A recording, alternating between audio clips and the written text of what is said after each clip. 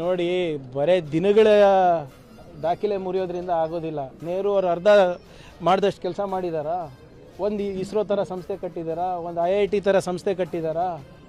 ಒಂದು ದೊಡ್ಡ ಅಣೆಕಟ್ಟು ಮಾಡಿದಾರಾ? ಹೇಳಿ. 12 ವರ್ಷದಲ್ಲಿ 12 ಸಾಧನೆ ಹೇಳಿಬಿಡ್ಲಪ್ಪ. 100 ಸ್ಮಾರ್ಟ್ ಸಿಟಿ ಕಟ್ತೀನಿ ಅಂದವ್ರು ಒಂದನ್ನು ತೋರಿಸ್ಬಿಡಿ ಸ್ವಾಮಿ. Make in India, skill India, digital India, Beti Bachao Beti ಪಡಾವ್, ಬರೇ ಸ್ಲೋಗನ್ಗಳಾಗಿ ಉಳಿದಿವೆ. 100 ಸ್ಲೋಗನ್ಗಳು ಇವೆ ಅಷ್ಟೇ 12 ವರ್ಷದಲ್ಲಿ. ಯಾವುದು ಸಕ್ಸಸ್ ಆಗಿದೆ ತೋರಿಸ್ಬಿಡಿ. ಇವತ್ತು ನಮ್ಮ ಆರ್ಥಿಕ ಪರಿಸ್ಥಿತಿ ಹೇಗಿದೆ? ನಿಮ್ಮ ರೂಪಾಯಿ ಮೌಲ್ಯ ಏನಿದೆ? 12 ರೂಪಾಯಿಗೆ ತಂದು ಇಡ್ತೀನಿ ಅಂದವರು ಇವಾಗ 100 ಮುಟ್ತಾ ಇದೆ. LPG ಇದು ಎಷ್ಟಾಗಿದೆ ಇವಾಗ? ಕಮರ್ಷಿಯಲ್ ಸಿಲಿಂಡರ್ ಇರ್ಬೋದು, ಡೊಮೆಸ್ಟಿಕ್ ಸಿಲಿಂಡರ್ ಇರ್ಬೋದು, ನಿಮ್ಮ ಪೆಟ್ರೋಲ್ ಡೀಸೆಲ್ ರೇಟ್ ಇರ್ಬೋದು, ಫರ್ಟಿಲೈಸರ್ ಇರ್ಬೋದು. ಎಲ್ಲಿದೆ ಸ್ವಾಮಿ? ಏನು ಯಾವ ಪುರುಷಾರ್ಥಕ್ಕೆ ಇವರು ಸಾಧನೆಗಳನ್ನು ಹೇಳ್ತಾ ಇರೋದು? ನೆಹರು ಅವ್ರಿಗೆ ಕಂಪೇರ್ ಮಾಡ್ತೀರಲ್ಲ. ನೆಹರು ಅವರ ಅಧಿಕಾರ ವಹಿಸ್ಕೊಂಡಾಗ ನಮ್ಮ ಆರ್ಥಿಕ ಪರಿಸ್ಥಿತಿ ಏನಿತ್ತು, ಮತ್ತು ಹೇಗೆ ಬಿಟ್ಟು ಹೋಗಿದ್ರು, ಮತ್ತು ಇವ್ರೇನು ಮಾಡಿದ್ದಾರೆ, ಅದರ ದಾಖಲೆಗಳು ಸಿದ್ಧವಾಗಿರಬೇಕು ಅಂತ ಎಚ್ಚರಿಕೆ ಕೊಟ್ಟಿದ್ದಾರೆ ಪ್ರಿಯಾಂಕ್ ಖರ್ಗೆ. ನೆಹರು ಪ್ರಧಾನ ಮಂತ್ರಿ ಇದ್ರು, ಐ ವಿಲ್ ಕ್ರಶ್ RSS ಅಂದ್ರು. RSS ಇದೆ, ನೆಹರು ಇಲ್ಲ.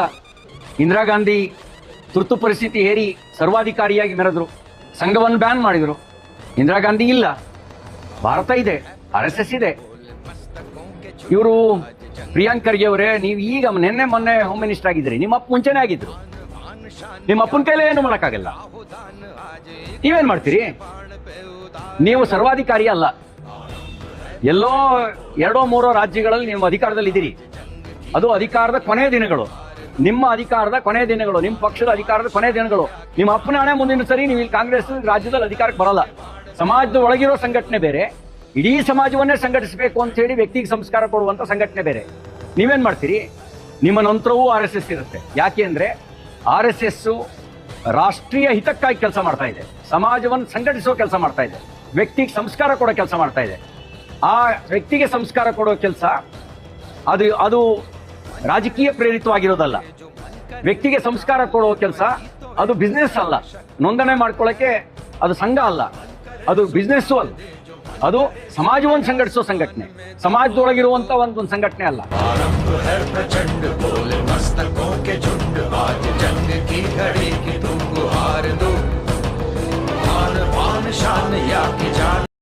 Sangha started in 1925. So, do you expect us to register with the British government? Against whom our Sarsanga Jalak was fighting at that time. Then after independence, the laws we have now in Swatantra Bharat, they do not make registration compulsory. The legal status is also given to unregistered body of individuals. So we are categorized as body of individuals, and we are a recognized organization. So Income Tax Department asked us to pay income tax, and there was litigation. Income Tax Department said, the court said, this is a body of individual. And our Guru Dakshina was exempted from that income tax. We were banned thrice. So government has recognized. If we were not there, whom they banned? And each time courts resolved the ban, they dismissed the ban and made RSS a legal organization. So many times questions are asked in assembly, in parliament, statements are given, pro or anti-RSS. All this is not without recognition. Legally, factually, we are an organization. We are not unconstitutional. We are within that constitution. Our status, legal status is within that constitution. So we need not register.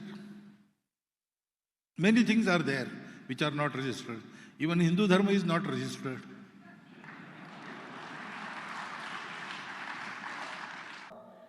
ದೇವಸ್ಥಾನಕ್ಕೆ ಹೋಗೋಕ್ ತೊಂದರೆ ಕೊಟ್ಟು ಮಠಕ್ಕೆ ಬಂದ್ರೆ ಹಿಂದಿಂದ ಬರೋದು, video ಮಾಡೋದು, phone ಮಾಡೋದು, ಇದು ನಿಮ್ ಸಿಬ್ಬಂದಿ ಇದು ಕರ್ನಾಟಕ ಪೊಲೀಸ್ನವ್ರು ಏನು ಹೊಸದಾಗ ಅವ್ರು ಬಂದಾರೆ ಅಂತ ಮಾಡೋದ ಇದು? ಯಾರು ಪ್ರಿಯಾಂಕಾ ಖರ್ಗೆ ಬಂದವ್ರೆ ಅಂತ ಮಾತಾಡೋದ ಇದು? ಯಾರು ಗೃಹ ಸಚಿವರು? ನಿಮ್ದ ಸಚಿವರು ನೋಡ್ರಿ. ನಾವು ಮಠಕ್ಕೆ ಬಂದಿವಿ, ದಯವಿಟ್ಟು ತೊಂದರೆ ಕೊಡ್ಬೇಡಿ. ಮಠಕ್ಕೆ ಬಂದಿವಿ, ದರ್ಶನ ಮಾಡ್ಬೇಕು. ರಾಯರ ಮಠಕ್ಕೆ ಬಂದಿವಿ, ರಾಯರ ಮಠಕ್ಕೆ ಬಂದಿವಿ, ತೊಂದರೆ ಕೊಡ್ಬೇಡಿ. ರಾಯರ ಮಠಕ್ಕೆ ಬಂದಿವಿ, ತೊಂದರೆ ಕೊಡ್ಬೇಡ್ರಿ. ಬಂದ್ರಿ ಸರ್, ನಾನು ಹೇಳ್ತಾ ಇಲ್ವಾ, ದಯವಿಟ್ಟು ಅರ್ಥ ಮಾಡ್ಕೊಳ್ಳಿ. ನಾನು ದೇವಸ್ಥಾನಕ್ಕೆ ಬಂದೀನಿ ಸರ್, ನಾನು ದೇವಸ್ಥಾನಕ್ಕೆ ಬಂದೀನಿ, ದೇವಸ್ಥಾನಕ್ಕೆ ಹೋಗ್ತಿದ್ದೀನಿ. ನನಗೆ ತೊಂದರೆ ಕೊಡ್ಬೇಡಿ. ನಿಮ್ದು ಏನಿದೆ ನೀವು ಕರ್ನಾಟಕದಲ್ಲಿ ನೋಡ್ಕೊಳ್ಳಿ. ನಾನು ಕರ್ನಾಟಕಕ್ಕೆ ಬರ್ತೀನಲ್ಲ, ನಾನು ಕರ್ನಾಟಕಕ್ಕೆ ಬಂದಾಗ ನೀವು ಮಾತಾಡ್ಕೊಳ್ಳಿ. ಅಲ್ಲಿವರೆಗೂ ನೀವು ನಂಗೆ ತೊಂದರೆ ಕೊಡ್ಬೇಡಿ. ನಾನು ದೇವಸ್ಥಾನಕ್ಕೆ ಹೋಗ್ಬೇಕು ಸರ್. ನಾನು ದೇವಸ್ಥಾನಕ್ಕೆ ಬಂದಾಗ ಯಾಕೆ ಕಿರಿಕಿರಿ ಮಾಡ್ತೀರಿ? ನಾನು ದೇವಸ್ಥಾನಕ್ಕೆ ಬಂದಾಗ ಕಿರಿಕಿರಿ ಮಾಡ್ಬೇಡಿ. ನಾನು ರಾಯಚೂರಿಗೆ ಬಂದಾಗ ಮಾತಾಡ್ಕೊಳ್ಳಿ ಸರ್. ನಾವು ರಾಯಚೂರಿಗೆ ಬಂದಾಗ ಶುರು ಮಾಡ್ರಿ. ನಾವು ರಾಯಚೂರಿಗೆ ಬಂದಾಗ ನೀವು ಶುರು ಮಾಡ್ಕೊಡ್ರಿ. ನಾವಿಲ್ಲಿ ಮಠಕ್ಕೆ ಬಂದಾಗ ತೊಂದರೆ ಕೊಡ್ಬೇಡಿ. ಇಲ್ಲಿ ಕೇಳಿ, ಇಲ್ಲಿ ಸ್ವಲ್ಪ ಒಂದು ಮಾತು ಕೇಳಿ. ಇಲ್ಲಿ ಸ್ವಲ್ಪ ನಾವೇನ್ ಹೇಳ್ತೀವಿ ಕೇಳಿ. ಪ್ರಿಯಾಂಕಾ ಖರ್ಗೆ ಅವರೇ, ಇದು ಬಹಳ ಒಳ್ಳೇದಲ್ಲ. ಇದು ನೀವು ಈ ಮಟ್ಟಕ್ಕೆ ಹಿಂದೂ ಕಾರ್ಯಕರ್ತರನ್ನ ಹತ್ತಿಕ್ಕೋದು ಬಹಳ ಒಳ್ಳೇದಲ್ಲ. ಇದು ಏನ್ 50 ಜನ ಪೊಲೀಸ್ ಹಾಕಿರಿ, ಮಾಡಕ್ ಕೆಲ್ಸ ಇಲ್ಲ ಕರ್ನಾಟಕದಾಗ. ಅವ್ರಿಗೆ ಕೆಲ್ಸ ಇಲ್ಲ ಏನ ಮಾಡಕ್ಕ? ನಮ್ ತೆರಿಗೆ ದುಡ್ಡು ಕೊಟ್ಟು ಹಿಂಗ ನಮ್ಮಿಂದ ಬರೋದು ಮಾಡೋದು. ಇವ್ರು ಬರ್ತಾರೆ, ವಿಡಿಯೋ ಮಾಡ್ತಾರೆ. ಏನ್ ನಮಗೇನ್ ಪರ್ಸನಲ್ ಏನಿಲ್ಲ, ನಮಗೆ ವೈಯಕ್ತಿಕ ಜೀವನ ಅನ್ನೋದಿಲ್ವಾ? ನಾವು ಮಠಕ್ಕೆ ಬರ್ಬಾರ್ದ? ದೇವಸ್ಥಾನ ದರ್ಶನ ಮಾಡಬಾರ್ದ? ಏನಕ್ಕೆ ಬರ್ತಾರೆ ಹಿಂಗ ಹಿಂದೆ? ದೇವಸ್ಥಾನಕ್ಕೆ ಬಂದಿನಿ ಅಂತ ಹೇಳಿನಿ, ದೇವಸ್ಥಾನಕ್ಕೆ ಹೋಗ್ತಿದೀವಿ. ಅವ್ರದ್ದೇನಾರು ರಾಯಚೂರ್ನಾಗಿದ್ರೆ ರಾಯಚೂರ್ನಾಗ ಬಂದ್ರೆ ಮಾಡ್ಕೋಬೇಕು ನೋಡ್ರಿ. ಆತರ ನೀವ್ ಯಾವ್ದೇ ಕಾರಣಕ್ಕೂ ಮಾಡಬಾರ್ದು. ನಾನು ದೇವ್ರ ದರ್ಶನಕ್ಕೆ ಬಂದಿದೀವಿ. ನೀವು ಬೆಂಗಳೂರಿಗೆ ಏನಾರು ಮಾಡಿ ಸರ್. ನಾನ್ ನೋಡ್ರಿ, ನಾನು ಹೇಳ್ತಿದೀನಿ, ನಾ ರಾಯಚೂರಿಗೆ ಬರ್ತೀನಲ್ಲ, ನಾವು ರಾಯಚೂರಿಗೆ ಬಂದಿವಲ್ಲ, ರಾಯಚೂರಿಗೆ ಬಂದಾಗ ನೀವೇನಾರು ಮಾಡ್ಕೊಡಿ. ಆಗಂಗಿಲ್ಲ ಸರ್. ನಾನು ದೇವಸ್ಥಾನಕ್ಕೆ ಹೋಗಿ ಬರ್ತೀನಿ, ವೆಯ್ಟ್ ಮಾಡ್ರಿ. ನಾನು ದರ್ಶನ ಮಾಡ್ಕೊಂಡ್ ಬರ್ತೀನಿ. ನಾವೇನ್ ದೇವಸ್ಥಾನಕ್ಕೂ ಬರ್ಬಾರ್ದಾ? ಇದಿದೆ ಮೆರವಣಿಗೆ ರಾಯಚೂರ್ನಲ್ಲಿ, ರಾಮನವಮಿ ಮೆರವಣಿಗೆ. ಅದಕ್ಕೆ ನಾನ್ ಪಾರ್ಟಿಸಿಪೇಟ್ ಮಾಡಬಾರ್ದು. ಇವರಿಗೆ ನಾನ್ ಅಲ್ಲಿಗೆ ಬಂದ್ರೆ ಇವ್ರಿಗೆ ತೊಂದ್ರೆ, ಜನ ಜಾಸ್ತಿ ಸೇರ್ತಾರೆ, ಅದಾಗುತ್ತೆ ಇದಾಗುತ್ತೆ. ಪಕ್ಕ ಕರೆದಿದೆ. ನಾನ್ ಬರ್ಬಾರ್ದು ಅಂದ್ರೆ ಎಲ್ಲಿ ತಡಿಬೇಕು? ಮಂತ್ರಾಲಯದಿಂದ ರಾಯಚೂರ್ಗೆ ಹೋಗೋ ರಸ್ತೆಯಲ್ಲಿ ಇಲ್ಲ. ನೀವು ಬಾರ್ಡರ್ ಮಾಡಿ ಸುಮ್ಮನೆ ವಿಡಿಯೋ ಇಟ್ಕೊಂಡು ಸಿಟ್ಟ ಓಡಾಡೋದು. ಒಂದು 20-30 ಜನ ಇದ್ದಾರೆ ದೇವಸ್ಥಾನದ ಮುಂದೆ. ಹಿಂದೂಗಳಿಗೆ ಧಾರ್ಮಿಕ ಇದು ಇಲ್ವಾ, ವ್ಯವಸ್ಥೆ ಇಲ್ವಾ? ಹೋಗಿ ಏನಾದ್ರು ಮರ್ಡರ್ ಮಾಡಿದ್ವಿ, ಕೊಲೆ ಮಾಡಿದ್ವಿ, FIR ಇದ್ರೆ ಇಳಿದ್ರಿ ನೀವು. ನಮ್ದು ದೂರ ಇದ್ರೆ ಯಾರ ಹತ್ರ ಬಂದಿದ್ರೆ ನೆಮ್ಮದಿಯಿಂದ ಯಾರು ದರ್ಶನ ಮಾಡ್ತೀವಿ. ನೆಮ್ಮದಿ ಬೈಲ್ ಸಾರು ತುಂಬಾ ಒಳ್ಳೆ ವ್ಯಕ್ತಿ, ಒಳ್ಳೆ ದೊಡ್ಡ ಕೆಲಸ ಮಾಡ್ತಾ ಇದ್ರು. ನಮ್ ಹಿಂದುತ್ವಕ್ಕೆ ಒಳ್ಳೆ ಕೆಲಸ ಮಾಡ್ತಾ ಇದ್ರು. ಒಳ್ಳೆ ದರ್ಶನ ಮಾಡಿಸಿ, ಮಧ್ಯಾಹ್ನ ದರ್ಶನ ಮಾಡಿಸಿ, ರಾಯರ ದರ್ಶನ ಮಾಡಿಸಿ, ತುಂಬಾ ಉಪಕಾಸ ದರ್ಶನ ಮಾಡ್ತೀನಿ.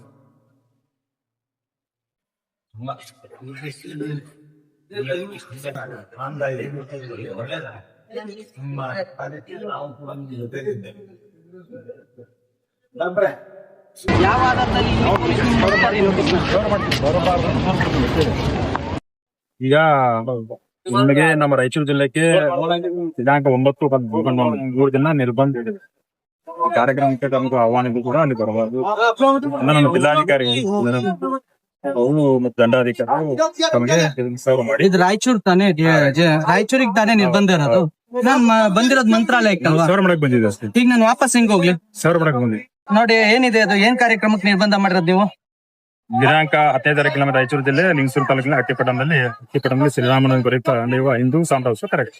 ಹಿಂದೂ ಸಾಮ್ರಾಜ್ಯೋತ್ಸವ ಕಾರ್ಯಕ್ರಮಕ್ಕೆ ನಾನು ಒಬ್ಬ ಹಿಂದೂ, ನಾನ್ ಮುಸ್ಲಿಂ ಅಲ್ಲ ಅಲ್ವಾ? ನಾನ್ ಯಾಕೆ ಬರ್ಬಾರ್ದು?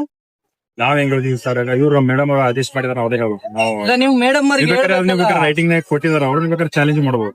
ಅಲ್ಲ, ರೈಟಿಂಗ್ ಅಲ್ಲಿ ಕೊಟ್ಟಿದ್ದಾರೆ, ಚಾಲೆಂಜ್ ಮಾಡೋದು ಎರಡನೇ ಪ್ರಶ್ನೆ ಸರ್. ನಾವು ದೇವಸ್ಥಾನಕ್ಕೆ ಬಂದಾಗ, ಇಲ್ಲೆಲ್ಲೋ ಬಂದಾಗ, ನಾವು ಬೆನ್ನಟ್ಟಿ ಬಂದು ಬೆಂಗಳೂರಾಗ ನಾನು ಬೆಂಗಳೂರು ಬಂದಿದ್ದೀನಿ, ನಾನು ಮಂತ್ರಾಲಯಕ್ಕೆ ಬಂದಿನಿ ಅಂತ ಗೊತ್ತಾಯ್ತೆ. ಅಲ್ಲಿ ಹೋದ್ಮೇಲೆ ನಾವು ಅಲ್ಲಿ ಕೂಡ ಸರ್ವ್ ಮಾಡಕ್ ಅಲ್ಲಿ ಬಂದಿದ್ವಿ.